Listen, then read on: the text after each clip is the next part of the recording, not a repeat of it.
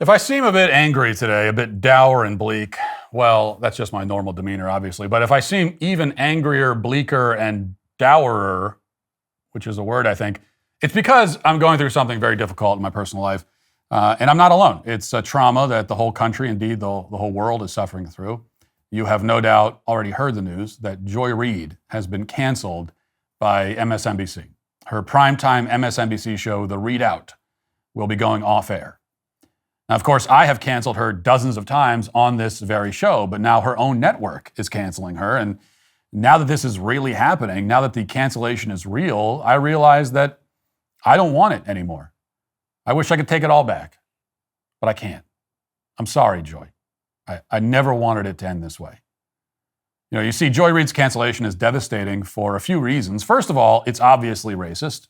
I mean, goes without saying. Former Atlanta Mayor Keisha Lance Bottoms implied as much when the Daily Beast, for some reason, asked for her opinion of this programming change. She said, quote, "I am deeply saddened that Joy Ann Reid, the only African-American woman with her own show on MSNBC, will no longer be seen."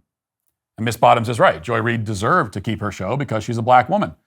Keith Olbermann was more direct in his response. He didn't just imply that her firing was racist, he outright claimed it. Firing of Joy Reid by MSNBC, of course it was racist. MSNBC has only ever had 4 women of color solo anchor their own shows, and they've now fired all 4 of them. They've also just fired Alex Wagner. How many protests do you expect to hear from Maddow and O'Donnell and all the rest? It stinks.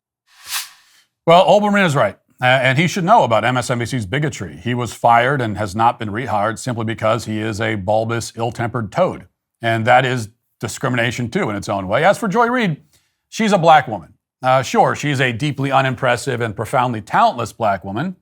But why should that matter? Unexceptional, subpar black women deserve to be elevated, promoted, and paid millions of dollars, no matter how lackluster their performance might be. That's basically the whole point of DEI. In truth, this has been a very bad year for women of color who are terrible at their jobs. First Kamala Harris, now Joy Reid.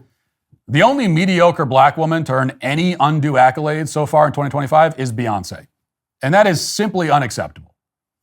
But there are 2 other far more significant reasons why I mourn the passing of Joy Reid's MSNBC show. For one thing, as somebody in the same industry, in media, I always took great comfort knowing that as long as Joy is on the air, I can never be the dumbest person in media. Now, granted, there are still dozens of people dumber than me, the entire rest of MSNBC's lineup, also CNN's entire lineup, most of the staff of the New York Times, the Washington Post, and so on. But Joy Reid was the bulwark. She was the last line of defense. She was the Alamo of stupidity. As long as a major cable network had a primetime nightly show hosted by somebody with the IQ of a crustacean, I knew that I was safe. I would always be a genius in comparison to at least someone in this business. In fact, I could have half of my brain eaten by a parasitic amoeba, and I would still be at least 40 IQ points smarter than Joy Reid. And which maybe does that mean I'm attributing an 80 IQ to myself? Maybe. Still, I'd be smarter. The amoeba would also be smarter. Actually, a lot smarter because of all the brain it just ate. Do amoebas get smarter when they eat brains? Probably not. Do you lose half of your IQ by chopping off half your brain? Is that how it works? Also, probably not. These are very dumb things to say, but still not nearly as dumb as the things Joy said every single day on her show, and that is my point. Finally, Joy provided a special service to right-wing podcasters looking for content. On any slow news day, I always knew that I could just find a clip of Joy saying something humiliating and ridiculous, and I'd be okay. I mean, she was a wellspring of fatuous drivel. She was like one of those geysers at Yellowstone, except instead of spewing boiling hot water or whatever, she just spewed moronic nonsense. And just like those geysers, people would gather around and watch. Actually, nobody watched. That's why she was canceled. But they would watch right-wing podcasters play clips of her show and make fun of them. And now we've lost that. Now, granted, her dumbness was usually pretty boring and uninspired. 90% of her show was just stuff like this. Begin our final sprint, having arrived at that point in the election season where basically we on this side of the TV screen have said all we can. We've laid out the stakes in this crucial election, where one side stands for freedom while the other meets the textbook definition of fascism, namely a far-right dictatorial regime like Hitler's Germany or Franco's Spain or Mussolini's Italy, but also white-ruled South Africa before Mandela and the black majority took control, or Vladimir Putin's Russia, Viktor Orban's Hungary, or Nicolas Maduro in Venezuela today, that suppresses the rights of women and minorities, uses the military to execute the whims of a strongman dictator, and controls and suppresses the press, education, the arts, rewrites history to suit a favored and dominant racial class, and foments extravagant corruption in order to enrich the dictator and his friends. Wow, did you hear that? Apparently Trump is like Hitler. What a bold and provocative insight. Joy here is making the profoundly compelling point that Hitler was bad and Trump is also bad, which means that Trump is Hitler.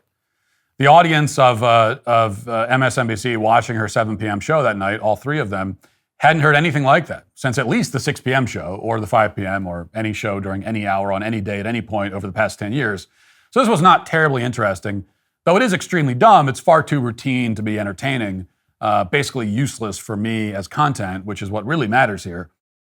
As we celebrate the victory of our 47th president, there is no better way than to introduce the 4547 Patriot Edition American whiskey produced by the team at Wise Spirits right here in our hometown of Nashville.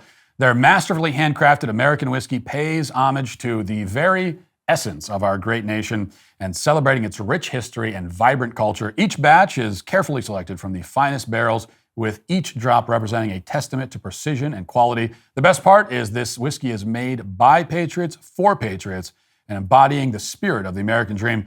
I've had the pleasure of enjoying 4547 whiskey, and let me tell you, I got a bottle of it at my house, and it hits hard with a strong taste, a clean finish. And you can tell this isn't some cheap bottom shelf stuff. It's the kind of drink that makes you want to lean back in your chair and have another. Experience this for yourself. Experience the 4547 Patriot Edition whiskey, where every sip tells a powerful story of heritage, craftsmanship, and indomitable spirit. Here's to freedom, to tradition, and to the spirit of America. 4547 Patriot Edition American whiskey, crafted with honor, inspired by courage, crafted by Wise Spirits, Nashville, Tennessee. Please drink responsibly. 4547 Premium American Whiskey, 46% alcohol per volume. Copyright 2025, Wise Spirits Incorporated, Nashville, Tennessee. Must be 21 or over. But every once in a while, and often enough to provide a steady stream of content, Joy would reach heights of dumbness so extreme, so incredible as to be awe-inspiring, almost in a way beautiful. Sometimes Joy gave us moments like this. The people I ever hear use the word inflation are journalists and economists, right? So that is not part of the normal lexicon of the way people talk. So it's interesting that Republicans are doing something they don't normally do, right? Which is not use the common tongue, right? Not use just common English to sort of do on their campaigns like they're doing with crime. But what they've done is they've taught people the word inflation, right? Yeah. Most people who would have never used that word ever in their lives are using it now because they've been taught it, including on TV, including in newspapers. They've been taught this word, and they sort of wrap this word around whatever it is that they really want to vote, the reasons they really want to. Now, this is what I'm talking about. It's mesmerizing. It's fascinating. It's grotesque. But you're transfixed as you watch it. You know, I saw a nature show over the weekend where two warthogs were fighting, and it was just ghastly and foul, but I couldn't take my eyes off of it. And that's what it's like watching Joy Reid try to form an actual thought. Her face contorts as she blurts out the words, hoping they make sense, but they don't. Her brain has atrophied from lack of use, and she's still trying to use it. You know, she claims here that the word inflation is not part of the normal lexicon, that average Americans who used the word during the campaign had just been taught it. They just learned it. They had never used the word inflation before. They had never heard of inflation. Only journalists and economists talked about inflation. So what did people call inflation before Republicans taught them the word in the year 2024? Like, what did they say when they were referring to the higher prices of goods and services? I guess she imagines that the average American was wandering dumbstruck around the supermarket, scratching his head, pointing to the ever-increasing price tags and grunting like a caveman. Me see price go up in sky like bird. Me not have enough dollars. Me not like. Me sad. This is the conversation that Joy Reid imagines must have been occurring at Kroger prior to Republicans teaching everybody about inflation. And a lot of conservatives accuse Joy of being an elitist snob because of these comments. But what they don't understand is that Joy was extrapolating from her own experience. She was the one grunting at the grocery store. She just learned about inflation this past year. She's a grown woman, and she in 2024, she's like, what is this inflation thing? What does that mean? Oh, that's inflation? Because she is, again, I must emphasize, very extremely dumb. And that's why she was such a great source of not only content, but also self-confidence to all of us who are smarter than her, which is a group that encompasses nearly every human on the planet above the age of 2, and probably half of the ones below 2. And now, Joy is gone. Or at least her show is. And we can only hope that she lands on her feet and finds somewhere else to spew her gibberish. The world is depending on her. I am, at least. So don't give up, Joy.